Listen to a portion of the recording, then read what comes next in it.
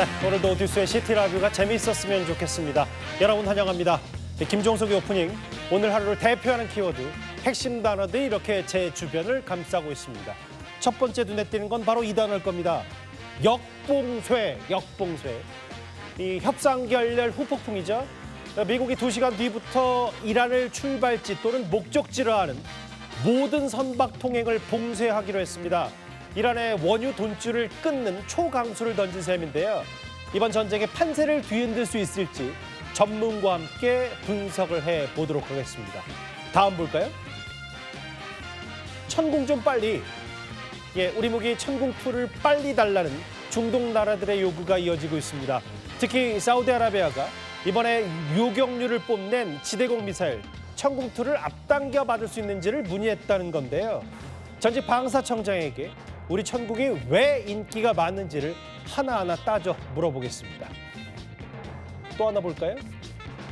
성과금만 13억이랍니다. 반도체 호황 속에 SK하이닉스 임직원들이 내년 초에 받게 될 1인당 평균 성과급 5억 6천만 원 정도에 달할 거라는 추산이 나왔습니다. 추산이긴 합니다만 내후년에는 임직원 한 명이 13억 원 가까이 받을 수도 있다는 계산까지 나왔습니다. 정치권 얘기 하나 볼까요? 부산행 그리고 평택행. 한동훈 전 대표가 집을 구했다. 부산 시민을 위해 살겠다. 부산 북갑 출마를 사실상 선언했습니다. 이 조국혁신당의 조국 대표도 평택 출마를 유력하게 검토하고 있죠. 이 재보궐선거 곳곳에서 전례 없는 3자 대결, 4자 대결, 꽤 흥미로운 구도가 만들어질 듯합니다. 그러면 눈에 띄는 뉴스는 제가 한 걸음 더 들어가 보겠습니다.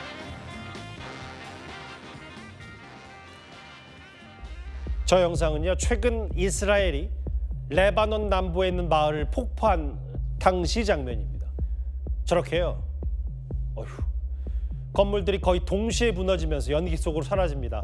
말 그대로 이스라엘의 대공습이었습니다.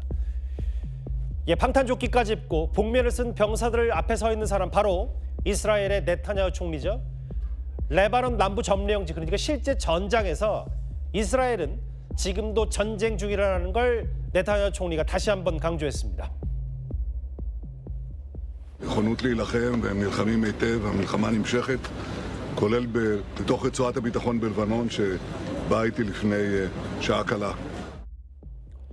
미국 이란이 휴전을 했든 말든 친이란 무장정파 헤즈볼라가 무력화될 때까지 이스라엘은 레바논 공습을 멈추지 않겠다는 뜻일 텐데요. באמצעות רצועת הביטחון הזאת, מרחיקים את סכנת ירי הנ"ט וגם מטפלים בתמ"ס. 그리고 어제부터 이스라엘 현지 언론들도 이스라엘군이 전쟁 재개 준비에 들어갔다고 보도하고 있습니다. 아예 이스라엘군 참모총장도 군의 준비 태세 격상을 지시했다는 겁니다. 이스라엘의 공습 등으로 인한 누적 사망자, 레바논 당국에 따르면 2,000명이 넘는다, 이렇게 레바논 측은 주장을 하고 있습니다. 이번에는요, 사진 한 장을 보겠습니다. 트럼프 대통령이 공개한 저 사진, 물론 AI이긴 합니다만 후광이 쏟아지면서 뒤쪽에는 성조기와 자유의 여신상 그리고 전투기도 보이죠. 이번 전쟁의 정당성을 강조하기 위해 트럼프 대통령이 스스로를 예수에 빗댄 것 같습니다. 그리고 저게요, 전쟁에 반대하는 레오 14세 교황을 향해 원색적인 비난을 쏟아낸 직후에 저 사진을 올린 겁니다. 최근 교황이 부활절 미사에서 한 이 발언을 의식한 것 같습니다. Abbiamo qui un argine a quel delirio di onnipotenza che attorno a noi si fa sempre più imprevedibile e aggressivo. 그리고 트럼프 대통령은 노골적으로요, 최초의 미국 출신 교황을 좋아하지 않는다는 말까지 꺼냈습니다. He's a man that doesn't think that we should be toying with a country that wants a nuclear weapon so they can blow up the world. I'm not a fan of Pope Leo. 심지어 교황의 자격까지 문제 삼았는데요. 내가 백악관에 없었다면 교황이 되지 못했을 것이라는 주장까지 한 겁니다. 초강대국의 대통령과 이 전 세계 14억 가톨릭 교도의 수장이 공개적으로 대립하는 건 참 전례가 없는 일일 겁니다. 예, 이제 제가 자리를 옮겨서요. 미국 전문가 신범철 위원 그리고 중동 전문가 성일가 교수 두 분과 함께요. 이번 전쟁의 판세가 뒤흔들 수도 있는 역봉쇄 얘기를 지금부터 해보겠습니다.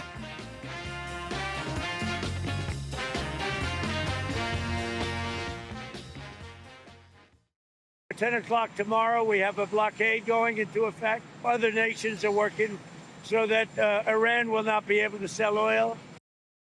آرزوهای خودش رو به زبون میاره، رویاهای خودش و خواسته هایی که هیچ وقت محقق نشده و نخواهد شد به فضل الهی. 예, 이제 2시간도 채 남지 않았습니다. 협상이 깨진 뒤에 호르무즈 해협이 다시 닫히게 될까요? 이제 미국은요, 정확히 트럼프 대통령은 이란 항구를 출입하는 모든 해상교통을 역봉쇄하겠다고 얘기를 했습니다. 제 옆에 앞서 소개해드린 두 분 나오셨습니다. 어서 오십시오. 네, 안녕하세요. 예, 먼저 하나하나 짚어보기 전에 제일 중요한 건 이런 것 같아요. 역봉쇄가 결국 트럼프 대통령의 신의 한 수일 거냐, 최악의 수일 거냐. 바로 결론부터 질문을 한번 여쭤보겠습니다. 신범철 위원 생각은 어떠세요? 저는 신의 한 수 쪽에 가깝다고 생각해요. 신의 한 수요? 예, 결정적인 그 판단 기준은 결국에는 이란 측에서 반격을 할 것이냐 하는 부분인데, 그러면은 최악의 수로 갈 수 있지만 트럼프 대통령의 계산으로는 이란도 수출을 하면서 원유 수출을 하면서 수입을 올리고 있기 때문에 그렇게 무력 공격은 하지 못할 것이다. 예. 그런 차원에서 이란을 압박하는 나름대로의 신의 한 수를 던졌다, 그렇게 평가합니다. 아, 그러니까 역봉쇄, 그냥 아예 호르무즈를 미국 자체가 막아버리겠다는 게 트럼프 대통령의 괜찮은 수일 거다. 중동 전문가인 서은가 교수 생각은 어떠세요? 저는 좀 다르게 봅니다. 아하. 전술적으로는 신의 한 수이나 전략적으로는 신의 한 수를 볼 수 없다. 잠시만, 조금 어려워서. 네. 전술적으로는 신의 한 수가 맞는데 전략적으로는 최악의 수에 가깝다. 네. 왜 그런 겁니까? 단기적으로는 이게 성과를 낼 수 있겠지만 장기적으로 봤을 때 과연 이란이 이 수에 당해서 과연 호르무즈 해협을 개방할 수 있을 것인가? 저는 그렇게 보지 않습니다. 예, 그러니까 원래 트럼프 대통령은 호르무즈를 자유롭게 통행하는 데 막았기 때문에 이란을 비판하고 때리고 했는데, 본인들이 먼저 이렇게 봉쇄하겠다고 역공을 편 것 자체가 지금 장기적으로는 나쁘다는 말씀이신 그렇죠. 거네요? 아무리 지금 군사력을 압박을 해도 이란이 물러서지 않잖아요. 예. 그래서 고육주책으로 나온 게 지금 역봉쇄입니다. 예. 그렇다면 이것으로 해서 과연 이란이 물러서서 다시 한번 호르무즈 해협을 트럼프 대통령이 원하는 방식으로 개방을 해줄까요? 예. 저는 그렇게 보지 않는다는 거죠. 서울가 교수 생각은 별 좋은 수가 아니라고 했는데, 신범철 위원님. 근데 이제 제가 오늘 모든 미국 언론 기사를 다 찾아본 건 아니지만 미국 언론들은 그래도 꽤 괜찮은 전략이라고 평가하더라고요. 왜냐하면 이런 조치를 안 했으면은요, 호르무즈 해협은 누가 장악합니까? 이란이 장악하고 있잖아요. 예. 계속해서. 근데 그걸 막기 위한 미국의 방법인데, 하르그 섬을 공격하거나 이란 본토를 다시 공격하는 것보다는 이렇게 해상 봉쇄를 통해서 이란이 호르무즈 해협을 홀로 독점하지 못하는 시스템을 만드는 게 1차적인 목표였고, 예. 그런 부분에서는 이란을 압박하는 효과는 거둘 수 있다. 그렇기 때문에 지금 트럼프 대통령에게 여러 가지 옵션이 있다고 하면은 뭐 신의 한 수가 아닐 수 있지만, 지금 옵션이 많지 않은 상황에서는 최선의 선택을 한 것 같다. 그렇게 말씀드립니다. 잠시만요. 두 분이 이제 180도 엇갈린 이 분석을 해주신 와중에 미국으로부터 속보가 들어왔는데, 정확히는 이제 순서대로 볼까요? 예, 감사합니다. 그러니까 미군 얘기는 호르무즈에서 승인되지 않은 선박을 차단하고 회항하고 납포할 방침이다. 그러니까 지금 불과 한 1시간 50분여 정도 남았는데 이걸 실제로 결행하겠다라는 얘기입니다. 미군이. 이란을 왕래하지 않은, 이란의 출발지나 도착지가 아니라 그냥 호르무즈 자체 항해를 안 막겠다. 이제 기존 얘기를 다시 한번 강조한 거고요. 아예 한술 더 떠서 이스라엘 네타냐후 총리는 이번 휴전이 아주 짧은 기간에 끝날 수 있다. 저 얘기는 전쟁이 다시 재개전할 수 있다라는 얘기도 들리는데, 알겠습니다. 결국은 이제 2시간도 채 남지 않았는데 실제로 저 내용, 역봉쇄가 실행될 가능성이 점점 거의 100에 가까워진다라는 속보 내용이 들어왔기 때문에 두 분과 함께 만나봤습니다. 알겠습니다. 평가가 엇갈렸기 때문에 먼저 신의 한 수라고 분석한 신범철 위원님께 질문을 드릴게요. 아까 잠깐 화면에 나갔는데 그러면 미국은 도대체 호르무즈 해협을 어떤 방식으로 막을 수 있다는 겁니까? 뭐 단계별로 방향이 있다는데요. 예, 뭐 2단계 작전을 할 거예요. 뭐 더 세분화할 수 있겠지만 1단계 작전은 기뢰 소거를 해야 되는 거죠. 예. 기뢰를 제거하는데 이제 2단계 작전은 아마 오만만에서 차단 작전을 할 건데 거기에 출입을 하는 각국 선박을 식별해서 예. 지금 방금 전에 말씀하신 것처럼 어떤 선박은 회항을 시키고 어떤 선박은 중단을 시키고 말을 듣지 않는 선박에는 강제로 차단 작전을 할 겁니다. 예. 이런 식으로 2단계 작전을 하면서 지금 호르무즈 해협이 이란이 독점하는 것이 아니다. 그 점을 먼저 알리고 구체적으로 조금 더 나아가서는 이란은 사실 지금 전쟁하는 과정에서 계속 원유 수출로 돈을 벌었거든요. 그런 이란의 수입원을 차단하겠다. 이런 접근인데요. 이게 왜 효율적이냐? 예. 이란이 반격 작전을 하지 못하면은요. 이 상황이 이란에서 유리한 상황에서 중립, 뉴트럴라이즈 되는 거예요. 예. 그렇기 때문에 미국으로서는 호르무즈 해협과 관련해서는 전략적 이득을 취할 수 있는 거죠.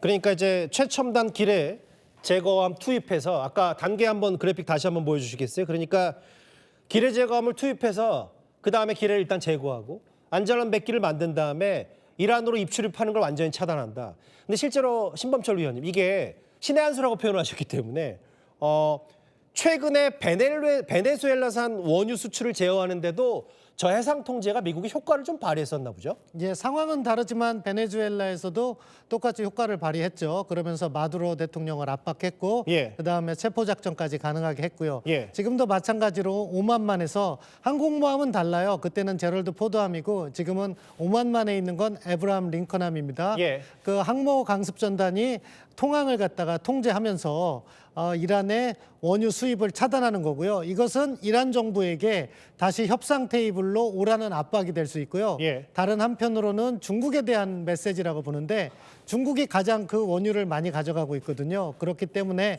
중국이 이란을 압박해서 협상 테이블로 데리고 와라 하는 이중 압박이다 이렇게 설명드릴 수 있겠습니다. 이게 또 어떻게 하다 보니까 찬반 토론 느낌이 됐는데 원래 저희가 준비한 것도 뭐 그런 취지이기도 하지만 중동 전문가의 성일교 교수님, 저희가 아까 준비했던 호르무즈 해협 한번 지도를 보면서 얘기할게요. 물론 미국은 기뢰 제거하고 안전하게 항해길 마련해주면 본인들이 역봉쇄한 효과를 발휘할 수 있다고 하지만 근데 제가 잘 몰라도 네. 호르무즈 해협을 지나가는 거면 다 이란 사정거리 아닙니까? 저렇게 되면 당장 다른 나라 배들이 미국만 믿고 지나가긴 어려운 거 아니에요? 그렇죠. 그게 가장 큰 문제죠. 지금 이란이 수출하는 원유를 막는 효과를 낼 수 있겠죠. 이란으로 가는 항구 쪽으로 가는 모든 선박을 다 미국이 막겠다고 하니. 예. 그러나 다만 다른 선박들은 여전히 호르무즈 해협을 지나기가 어렵습니다. 예. 그렇기 때문에 다들 이란의 사거리 안에 이란 뭐 드론이나 아니면 순항 미사일 사거리 안에 있기 때문에 다른 선박들은 아무도 지금 여전히 호르무즈 해협을 통과하기가 힘든 상황이죠. 설사 미군 군함이 호위를 해준다 하더라도 드론이나 다른 무기들로 이런 유조선이나 다른 선박들을 공격할 수가 있단 말입니다. 그렇기 때문에 여전히 호르무즈 해협은 막혀 있지 않나 이렇게 이제 생각할 수밖에 없는 거죠. 이게 그러니까 결국 미국만 믿고 뭐 우리나라를 포함해서도 다른 나라비 미국이 역봉쇄했으니까 호르무즈 안전하게 지나가라. 이란 입출입만 안 하는 배면 된다라고 고지것들이 믿기에는 워낙 위험 부담이 크니까. 그렇죠. 그래서 이 역봉쇄 자체를 별다른 좋은 수라고 보지 않는 거고. 알겠습니다. 두 분이 엇갈렸기 때문에 신의 한 수냐 최악의 수냐. 그러면 두 번째 화두를 두 분의 전문가와 함께 같이 볼까요? 이란은 아예 뭐 지금의 기름값이 그리워질 거다라는 표현도 쓰던데 이란의 맞불 홍해도 봉쇄하냐? 이건 성일관 교수님께 먼저 질문을 드릴게요. 실제로 진짜 미국이 이렇게 한다. 2시간 뒤에 이렇게 한다면 이란이 홍해도 봉쇄해서 아예 원유길 다 막아버릴 것 같습니까? 자, 지금 이제 이란이 결정을 해야 됩니다. 미국이 실제로 홍해를 호르무즈 해협을 다 봉쇄를 한다.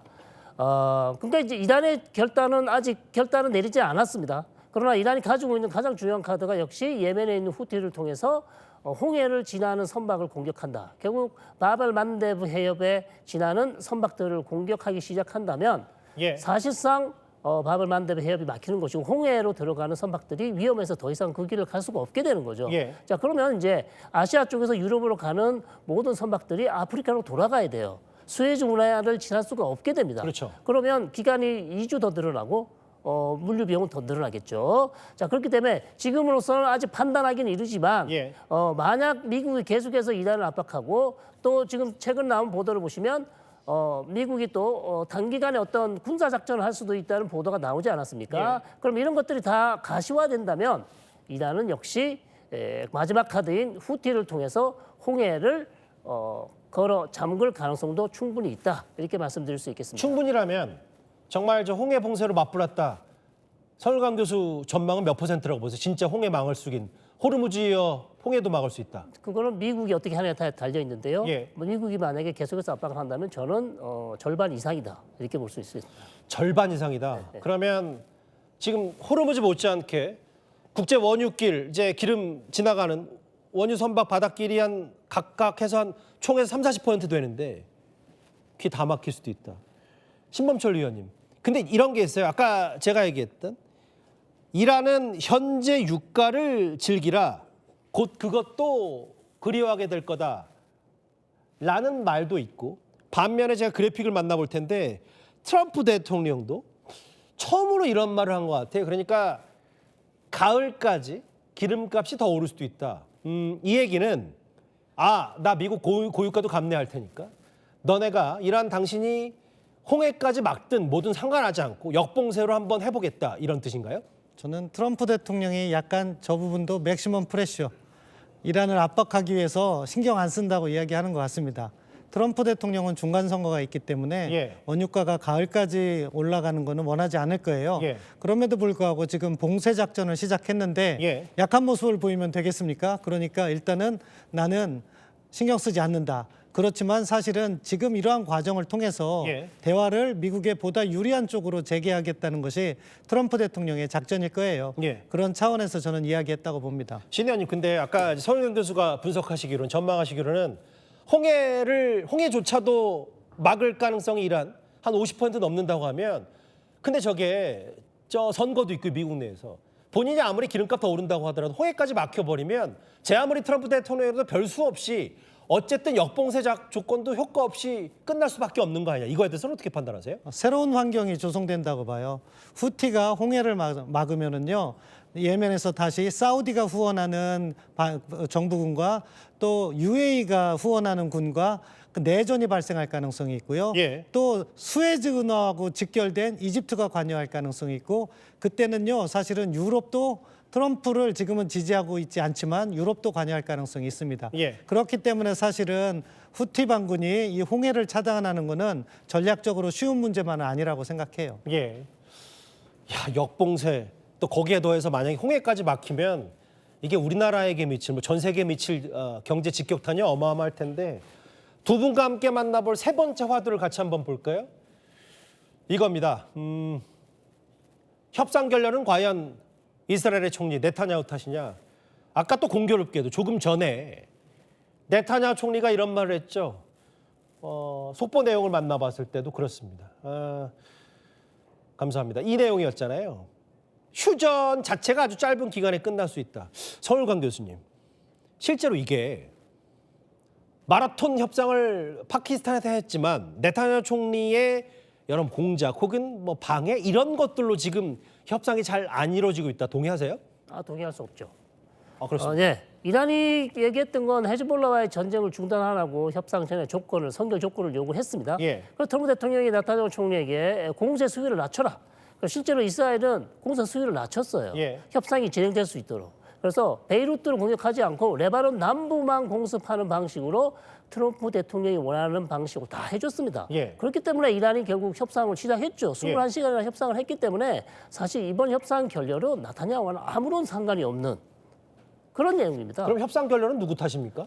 양측이 입장이 안 맞았던 것이죠. 예. 네, 그렇기 때문에 양측의 입장이 팽팽했기 때문에 협상이 결렬된 것이지 예. 네타냐후 총리와는 아무 상관이 없는 그런 협상 결렬이다 이렇게 봅니다. 지금 돌아가는 분위기는 진짜 역봉쇄가 결행이 될 것 같고 뭐 네타냐후 총리도 한마디 거들고 이란은 지금의 기름값을 그리워하게 될 것이라는 얘기했으면 신범철 의원님 종전합의 지금 아예 물 건너간 거예요? 아닙니다. 이런 과정이 사실은 트럼프 대통령 입장에서는 미국에 보다 유리한 협상을 하기 위한 포석이라고 봐야 될 거예요. 압박을 통해서 이란을 다시 한번 협상 테이블로 미국의 유리한 조건을 받으라는 메시지라고 봐야겠죠. 예. 이란 입장에서는 시간은 이란 편이라고 생각할 거예요. 예. 미국의 국내 정치 상황을 잘 알고 있기 때문에 예. 그럼에도 불구하고 이란도 어려운 건 사실입니다. 사실은 원유 수출이 막히면은 이란도 전쟁을 해야 되고 국내적으로 국정을 운영해야 되는데 예. 그게 쉽지 않은 부분이 있거든요. 따라서 저는 이렇게 봐요. 한 일주일 동안 만약에 이란이 예. 미국의 해상복세 작전에 대해서 군사력 공격을 한다면 예. 미사일을 발사하거나 드론을 발사하거나 해서 확전이 벌어진다면은 트럼프 대통령의 계산이 틀린 거고요. 예. 만약에 이란도 그러한 군사적 공격을 하지 않고 예. 계속 가만히 있다가 어느 순간 협상에 복귀한다면 트럼프 대통령의 셈법이 작용했다. 그렇기 알겠습니다. 때문에 트럼프 대통령의 신의 한 수일 수 있다. 알겠습니다. 그렇게 말씀을 드린 겁니다. 저희가 두 분과 함께 말씀을 나누는 와중에 이제 1시간 40분밖에 안 남았어요. 봉쇄까지. 중동 전문가 성열강 교수 그리고 미국 전문가 신범철 위원과 함께 역봉쇄와 방금 전 내용 속보 하나하나 짚어봤습니다. 두 분 한번 같이 한번 더 모셔야 될 것 같아요. 두 말씀 잘 들었습니다. 고맙습니다. 예, 이제부터는 김종석의 리포트 사건 사고로 넘어가 보겠습니다. 전쟁이 난 줄 알았다. 12층까지 와장창. 먼저 충북 청주입니다. 인적이 없는 새벽 골목길이고요. 갑자기 저렇게 번쩍 섬광과 함께 거대한 폭발음이 들립니다. 폭발 직후에 주차됐던 차량이 저렇게 뒤집혔고요. 폭발 잔해물들로 일대가 아수라장이 됐습니다. 11층짜리 아파트 4개 동의 유리창이 전부 깨져버렸는데요. 터널에 다이너마이트로 터치는 그런 소리가 났다고. 그렇게 폭파하면서 그냥 순간에 다 내려앉은 거야. 50kg, 그다음에 180kg가 두 통이 있었는데 그 50% 정도가 그 유출돼서 아마 폭발이 되었던 걸로 추정하고 있습니다. 청주의 한 상가 건물에서 폭발 사고가 발생한 건 오늘 새벽 4시쯤입니다. 식당 외부에 가스 누출로 추정이 되고요. 유리 파편에 맞은 주민 15명이 다쳤지만 생명엔 지장이 없는 걸로 전해지고 있습니다. 다음 보겠습니다. 운전석 활활, 검은 연기 뚫고 탈출. 바로 경기도 용인 들어가 볼까요? 저렇게 도로 위에 고속버스 한 대가 서 있습니다. 버스 절반이 빨간 불길에 휩싸였고요. 시꺼먼 연기가 높이 치솟고 있습니다. 자세히 보시면 저 갓길 한쪽에 버스 승객들이 저렇게 대피해 있습니다. 경부고속도로에 달리던 고속버스에서 불이 난 건 어제 오후였고요. 불길은 차량 계기판에서부터 시작이 됐습니다. 버스 전체와 일부 방음벽이 불에 탔고요. 다행히 운전자와 탑승객 28명이 전원 대피에 성공했고 대중교통을 이용해 자체적으로 귀가를 했습니다. 온라인에서 논란이 큰 얘기죠. 제가 저 단어 읽지 않겠습니다. 부산으로 가보겠습니다. 한 술집 앞이고요. 덩치 큰 남자 셋이 담배를 피우고 있습니다. 그런데 한 여성이 왼쪽 남성에게 사진 촬영을 요청하는데요. 그런데 이런 말을 했답니다.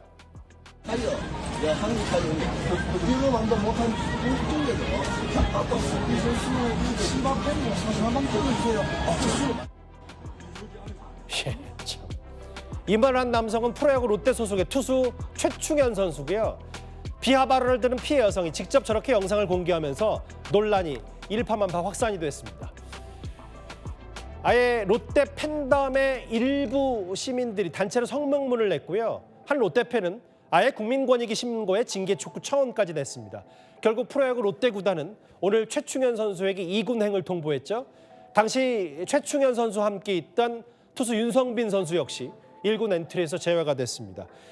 과거 최충현 선수는 음주운전으로 적발된 바가 있었고 당시에도 무려 150경기 출전 정지라는 중징계 전력이 있었던 만큼 여론이 더 따가웠던 것 같습니다. 마지막 보겠습니다. 마스크 쓸 수 없어 벗겠습니다. 서울중앙지법 얘기죠. 오늘 박성대 전 법무부 장관 재판에 김건희 여사가 증인으로 출석을 했는데요. 법정에 저렇게 마스크를 쓰고 나타났습니다. 마스크를 벗으라는 재판장 지적에 과연 뭐라고 답을 했을까요? 증인은 전염병 등의 사유가 없으면 마스크 사용할 수 없습니다. 마스크를 착용하시면 안 됩니다. 지금 감기가 심한 네, 벗겠습니다. 네, 신문사항 준비되셨습니까? 예, 김건희 여사는 비상계엄을 사전에 인지했는지 여부에 대해서도 최초로 공개적으로 밝히기도 했습니다. 윤석열 전 대통령이 증인께 비상계엄 선포에 대해서 말한 적이 있습니까? 없습니다. 전후로 다 없습니까? 전혀 없습니다. 박성재 피고인 이 법무부 장관으로 임명될 때 증인이 관여하거나 들은 게 있습니까? 없습니다. 예, 김건희 여사는 내일은 윤 전 대통령 재판에 증인으로 출석을 하는데요. 작년 7월 윤 전 대통령이 재구속된 이후 9개월 만에 법정 재회가 될 것 같습니다. 지금까지 김종석 리포터 사건 사고였습니다. 예, 제가 다시 자리에 앉았고요. 이래저래 중동 원유가 급한 우리나라 경제 지금 큰 어려움을 겪고 있습니다.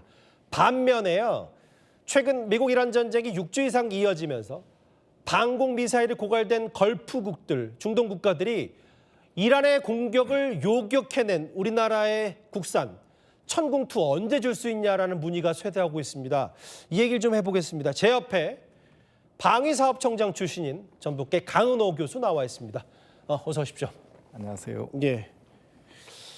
제가 먼저 강 교수께 질문을 드리기 전에 외신 보도부터 짚어볼게요. 오늘 월스트리트저널이 뭐라고 했냐면 사우디아라비아가 땅에서 하늘로 쏘는 지대공 유도무기 천궁2 조기 공급을 요청했다라고 얘기를 했어요. 그만큼 저 유도무기 드론 탄도미사일을 요격하는 저 월스트리트저널 보도로 나왔는데, 실제로 제가 방송을 준비하면서 전직 방사청장이신 강은호 교수께 아예 먼저 질문을 드렸어요. 천궁2가 뭐가 이렇게 대단하길래 중동 국가들이 더 빨리 보내달라고 재촉을 하냐.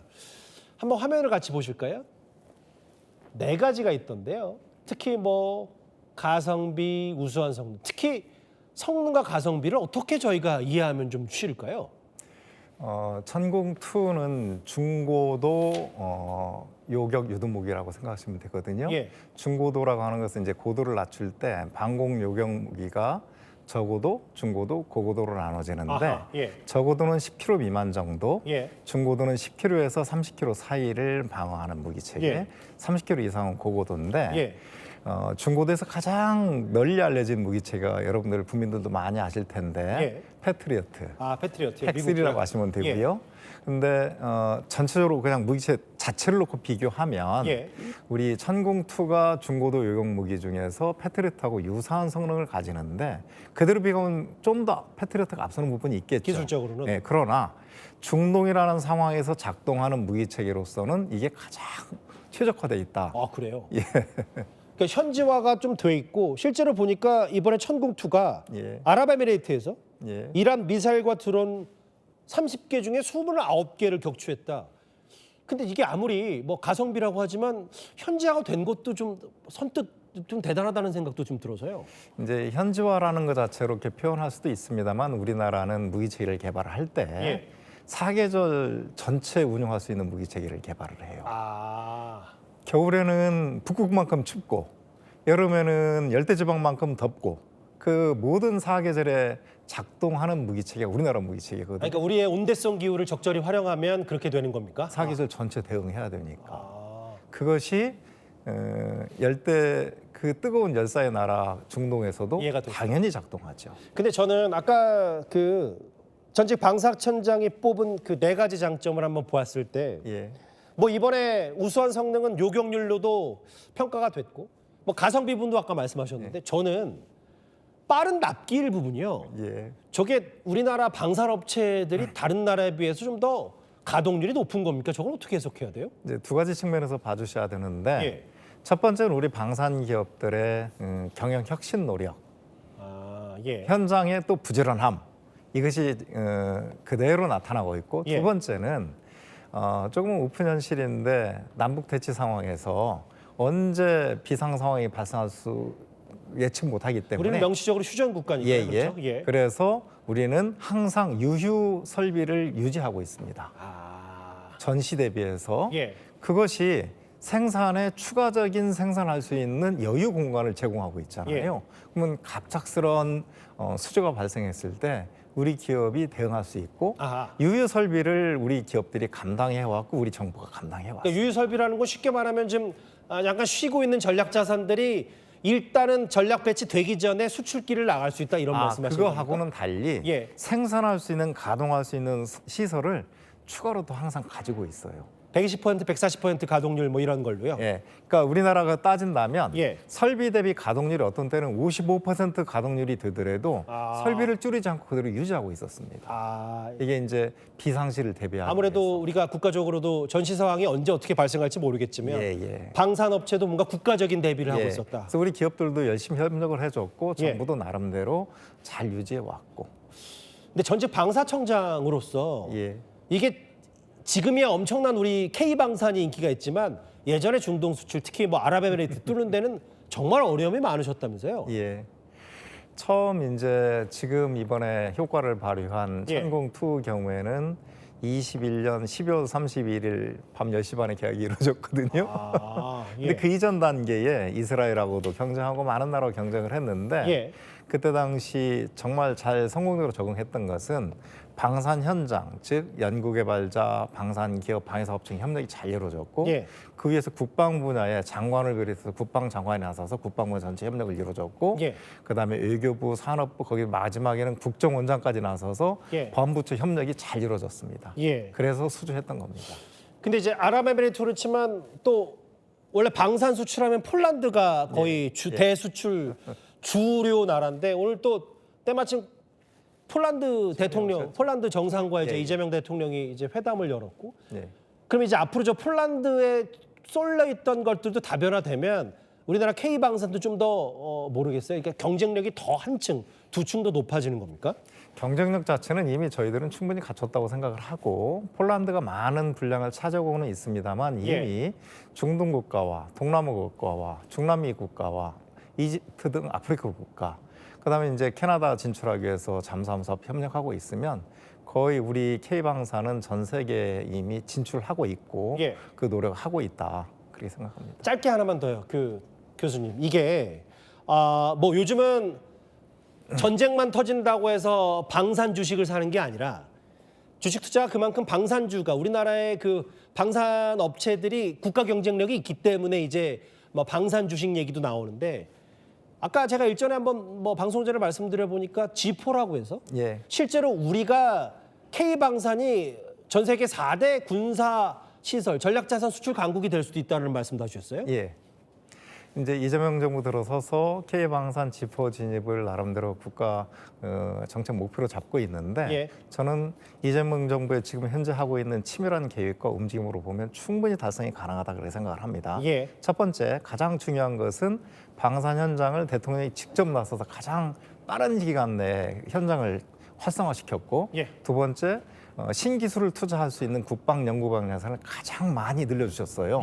그다음에 계층적 컨트롤 타워라고 해서 방산 현장과 국방 분야와 대통령실까지 나서서 범정부 협력을 정말 지혜롭게 이끌어나가고 있거든요. 그러면 시장 개척이 이루어질 것이고 그렇게 되면 K방산이 가지고 있는 기존의 기술력과 가성비로 충분히 G4 진입이 가능하다 이렇게 생각합니다. 지금 뭐 6주간의 이제 전쟁이 이어지면서 방공망에 대한 수요가 있으니까 특히 그 나라 가운데 여러 다른 나라 무기 가운데도 유독 또 천궁2가 모시기 전쟁이 시작됐다.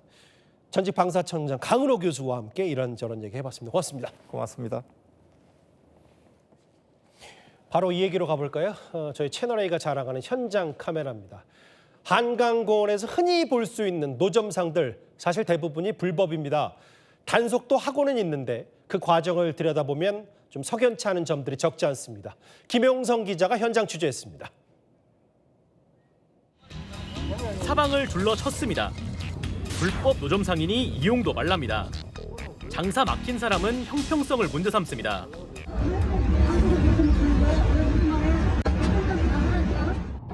바로 옆은 노점 장사가 한창입니다. 여기도 사실 다 불법입니다. 누구는 놔두고 누구는 낚는 걸까요? 다 불법인데 좀 신규로 오시는 분은 지금 현수막으로 이렇게 덮어가지고 신규를 일단 차단하면서 기존에 있는 노점상들은 이게 장기적으로 워낙 규모가 크다 보니까 물론 뭐 불법이니까 다 내모는 게 맞죠. 근데 그게 쉽지 않기 때문에. 기존 불법 노점상은 50곳 정도 됩니다. 일단 불법의 확산을 막기 위해 신규 위주로 장사 막는다는 설명입니다. 다 똑같이 장사한다고. 다른 남들처럼 장사한다고.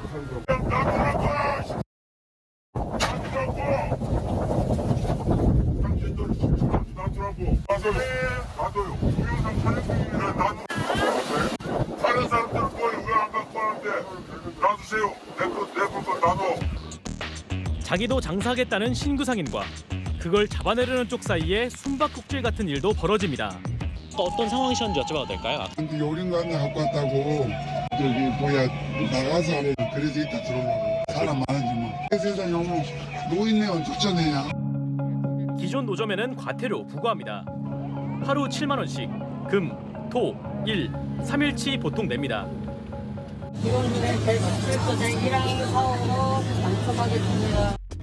하지만 장사 자체를 막진 않습니다. 노점 간 차이를 둔 단속이 유용한 면도 있나 봅니다. 내 옆에 장사가 온다. 그럴 경우에는 이 사람 처음 왔는데 어떻게 해결해 주세요. 그러면 차라리 양성화해달라는 게 기존 노점 주장입니다. 그러니까 저희 과태료를 한 달에 12번을 끊는데 저희가 점용료를 내겠다. 양성화를 해달라. 수차례 한 100번 얘기한 것 같습니다. 반응이 없습니다. 3일 내내 둘러싸였던 신규 노점상이 철수합니다. 억울하다는 물음에 끼고 싶다는 게 답입니다. 저 사람들이 하는 룰이 있을 거야. 우리도 그 룰에 포함시켜달라고 하는 거죠. 벌써 어디서 보실 거예요? 하루가 됐든 여름이 됐든. 그러다 보면 장사하게 해주겠죠. 누구는 쫓겨나고 누구는 남습니다. 이 단속이 과연 공정한 걸까요? 대집행이 좀 어려운 점이 있거든요. 기름도 붓고 뭐 생존권 뭐 이런 거 주장하면서 틀어놓기 때문에 차례차례 좀 하려고 생각 중이에요. 현장 카메라 김용성입니다. 이 소식도 제가 한번 이어가 보겠습니다. 바로 한번 볼까요? 예, 내가 저길 다녔어야 하는데 오늘 속으로 이런 생각하신 분들 꽤 있을 것 같습니다.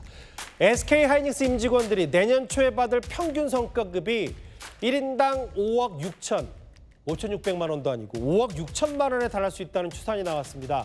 작년 노사가 성과급 상한을 없애고 영업이익의 10%를 재원으로 쓰기로 합의했는데 이대로라면 약 19조 원이 성과급으로 배정이 되겠죠. 이걸 전체 직원 수로 나누면 1인당 약 5억 6천만 원이라는 겁니다. 후년엔 임직원 한 명이 12억 9천만 원을 받을 수 있다는 추산도 있는데요. 내년 SK하이닉스 영업이익이 447조 원에 달할 거라는 글로벌 투자은행 맥커리 증권의 전망을 근거로 한 겁니다. 지난달 서울 아파트 평균 매매 가격이 10억 원 정도였으니 SK하이닉스 임직원들은 성과급만으로 서울의 아파트 한 채를 살 수 있는 거죠. 다만 이건 가장 낙관적인 시나리오고요. 국내 증권사 기준으로는 대략 절반가량인 235조 원 규모로 전반적인 기류가 형성돼 있습니다. 올해의 예상 수익하고 내년 예상 수익과도 편차가 굉장히 심하거든요. 증권사들이 조금 조심스럽고 보수적으로 예상 수치를 내는 게 맞지 않느냐는. 예, 열흘 뒤 발표될 SK하이닉스 1분기 경영 성적이 올해 실적의 가늠자가 될 것 같습니다. 예, 오늘 국내 정치권 얘기 핵심만 짚어보겠습니다. 지방선거가 민주당의 우위가 예상이 좀 되니까 오히려 초반에는 보궐선거 대진표가 더 큰 관심사를 받고 있습니다. 정치부 김인수 차장 나와 있습니다. 일단 오늘 한동훈 전 대표가 집을 구한 사실을 알렸어요. 일단 쉽지 않은 구도지만 도전해보겠다 뭐 이런 얘기입니까? 네, 한 전 대표 안 그래도 오늘 오후에 바로 KTX 타고 부산으로 내려갔습니다. 한 전 대표 부산 시민을 위해서 살겠다 이렇게 했는데요. 한 전 대표 측 인사는 이렇게 말을 했습니다. 예. 마음먹은 이상 시간 끌 이유가 없다. 아직 국민의힘, 민주당 후보가 정해지기 전에 먼저 선점을 하는 게 더 도움이 된다. 이제부터 마음껏 부산을 누빌 거다라고 했습니다. 한 전 대표는 서울 출신인데요. 그동안 사석에선 부산이 정치적 고향 같다는 이야기를 자주 해왔습니다. 예. 지난 총선 비대위원장 시절 부산이 한석 빼고 국민의힘을 다 밀어주면서 이 개헌 저지선을 지킬 수 있었기 때문이죠. 부산에 대해선 각별한 애정을 보여온 게 사실입니다. 오늘 그러니까 지난 주말부터 기류를 보니까 국민의힘 의원들이 특히 이제 한 전 대표 부산 북갑 출마에 대해서 신중하고 약간의 조심스러운 말이 있는 게 부산에 이제 이른바 친한계 의원들이 많으니까 뭔가 당과 한 전 대표 선을 확실히 그으려고 하는 이런 느낌들이 있더라고요. 네. 먼저 이제 보면은 박현준 부산시장부터가 좀 난감한 상황인 것 같습니다. 예. 박 시장 같은 경우에는 민주당 전재수 후보와의 대결에서 현재 고전을 하고 있죠. 예. 지금 박 시장으로서는 보수 진영 지지를 싹 다 끌어모아도 아슬아슬한 상황입니다. 예. 국민의힘의 지지도 필요하고 동시에 한 전 대표의 지지도 필요한데요. 예. 가장 베스트는 아마 북구 갑에서 국민의힘 후보와 한 전 대표가 단일화를 하는 걸 겁니다. 그러면 어떻게든 보수 진영이 뭉치게 될 테니까 박 시장 선거에도 유리하겠죠.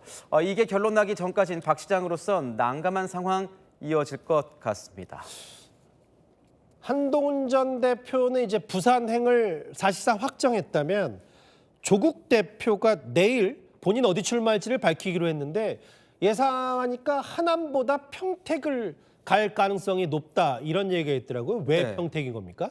조 대표는 그동안 이 진보 진영에 상대적으로 험지인 수도권 지역들을 검토해 왔습니다. 가장 무게가 실린 곳 바로 경기 평택을인데 예. 현재 평택을엔 뚜렷한 민주당 후보군이 없습니다. 조국 혁신당 관계자는 민주당보다 먼저 지역을 선점하면 충돌을 피할 수 있지 않겠냐고 했습니다. 당초 한안갑도 출마지로 거론이 됐었는데요. 예. 이 지역은 추미애 의원이 겨우 1,200표 차이로 이긴 험지 중에 험지인데다 또 예. 송영길 전 대표가 후보군으로 거론되고 있어서 선택지에서 배제됐다는 목소리가 나오고 있습니다. 한 전 대표는 부산행 그리고 조국 대표는 평택행이 유력시가 되는데 미국행을 선택한 국민의힘의 장도혁 대표. 일정도 좀 늘어났는데 이거에 대해서 당에서도 말들이 많던데요. 당내에서는 비판이 셉니다. 선거가 50일밖에 남지 않았고 공천도 마무리가 안 되는데 지금 꼭 가야 하냐는 겁니다. 예. 방미 일정도 5박 7일로 늘었지 않습니까? 예. 짧지가 않습니다. 그러다 보니 오늘 지도부가 모레 백악관 방문 사실을 공개했습니다. 뭔가 빅샷을 만날 것 같은 괜히 간 게 아니라는 기대를 주기 위한 걸로 보이는데요. 지도부는 지금 지방 돌아다닌다고 표가 되는 게 아니다. 예. 오히려 이 보수의 기본 가치와도 같은 한미 동맹 이슈를 선점하는 게 투표에 더 도움이 된다고 설명하고 있습니다. 예. 뭐 자유를 지키는 최전선 워싱턴으로 가겠다는 건데 글쎄요. 뭐 5박 7일이니까 장동혁 대표가 누구 만나는지도 한번 저도 잘 지켜보도록 하겠습니다. 알겠습니다. 정치부 김윤수 차장과 함께 관련 얘기 짚어봤습니다. 고맙습니다.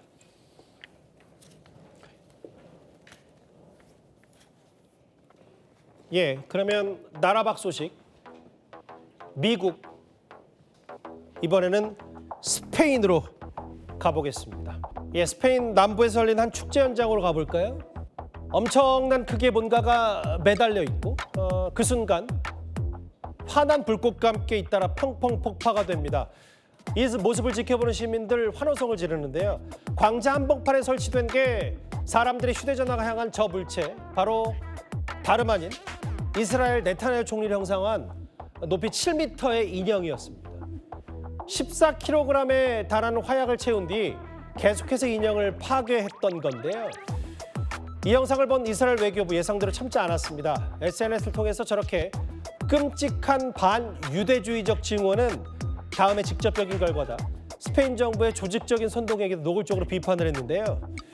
하지만 스페인은 모든 형태의 증오와 차별에 맞서 싸우고 있다며 반박을 했습니다. 아까 이 영상이 미리 잠깐 나왔었습니다. 바로 폴란드의 한 길거리 야생 멧돼지입니다. 그 뒤를 영창정자 뒤쫓는 건 다름 아닌 휴머노이드 로봇인데요.